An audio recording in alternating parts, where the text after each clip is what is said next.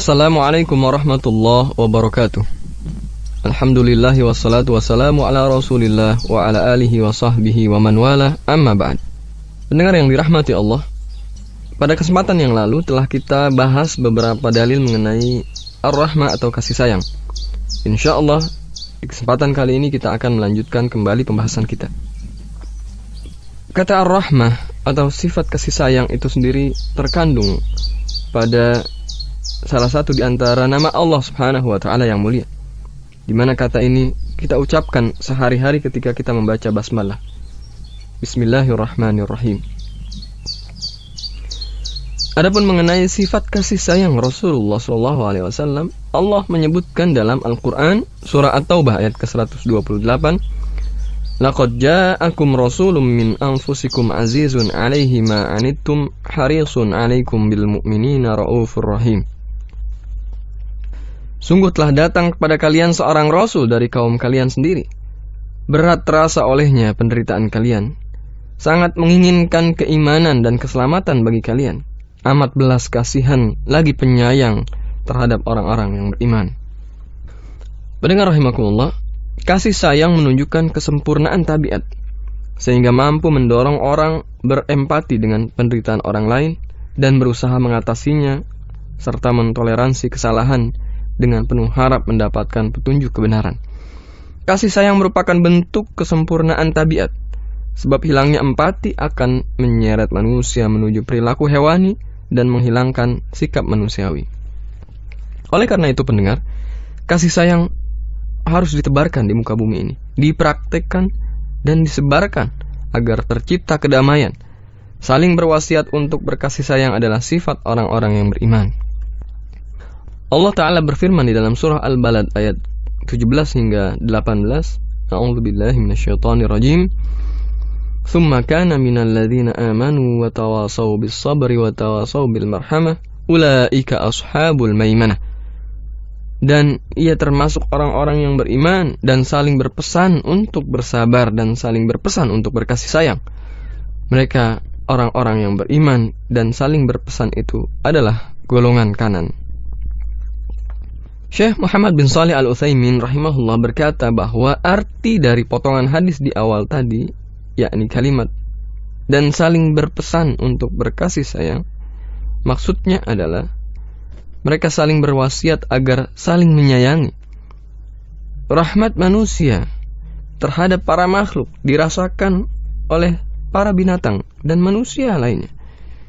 Ia sayang pada ayah, ibu, anak-anak, saudara, paman dan bibi dan seterusnya. Juga sayang kepada semua manusia dan hewan, sehingga dia menyayangi unta, kuda, keledai, sapi, kambing dan binatang lainnya. Orang yang penyayang akan disayang Allah. Hal ini sebagaimana hadis yang diriwayatkan oleh Abu Ya'la dan At-Tabrani dari Abdullah bin Mas'ud bahwa Rasulullah SAW bersabda, "Irhamu man fil ard, yarhamkum man fis sama." Sayangilah yang ada di muka bumi, niscaya yang ada di langit akan menyayangi kalian. Imam Al-Munawi rahimahullah menguraikan bahwa makna sayangilah orang yang di muka bumi adalah mencakup semua jenis makhluk hidup. Sayang terhadap orang yang baik dan yang jahat, binatang dan manusia, hewan liar maupun burung. Kemudian beliau juga mengatakan bahwa orang-orang yang bersikap penyayang akan menyayangi kepada makhluk yang berada di bumi, seperti manusia dan hewan yang tidak diperintahkan untuk dibunuh, dengan cara mengasihi dan menyayangi, memberikan pertolongan, tidak menzalimi, serta mengharapkan keridhaan Allah dan berdoa semoga diberikan keadaan yang baik. Dan sesungguhnya setiap kondisi itu mempunyai kesesuaian masing-masing. Pendengar yang budiman, pada hadis tersebut di atas bahwa siapa yang penyayang akan disayangi oleh Allah.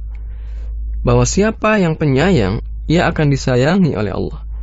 Maka di hadis tersebut adalah ancaman siapa tidak penyayang tidak akan disayang.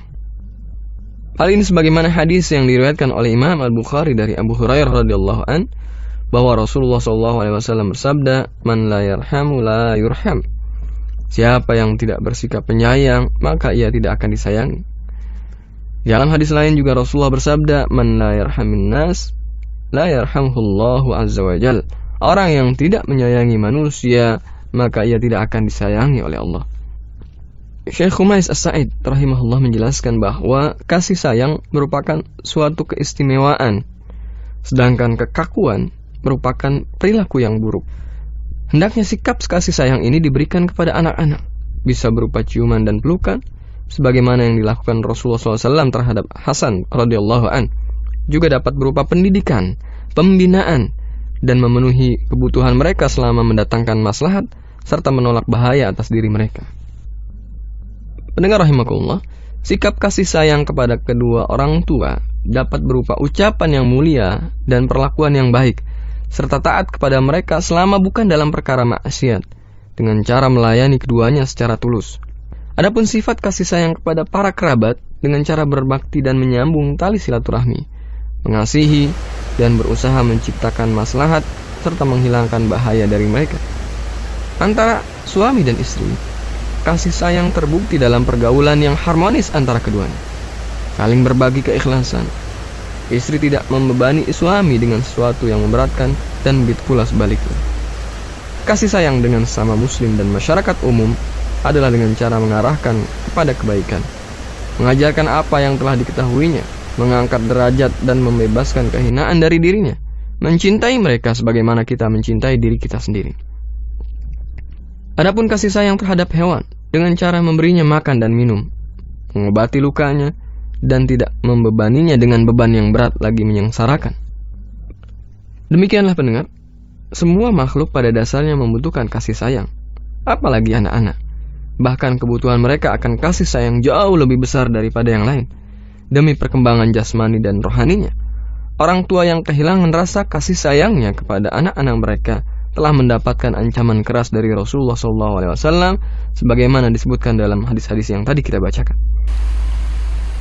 Pendengar rahimakumullah, demikianlah pembahasan kita mengenai ar-rahmah atau kasih sayang pada pertemuan kali ini. Dan kita memohon kepada Allah, semoga kita dikaruniai hati yang lembut, penuh kasih sayang, sebagaimana Rasulullah SAW. Amin. Wallahu a'lam bishawab. Wassalamualaikum warahmatullahi wabarakatuh.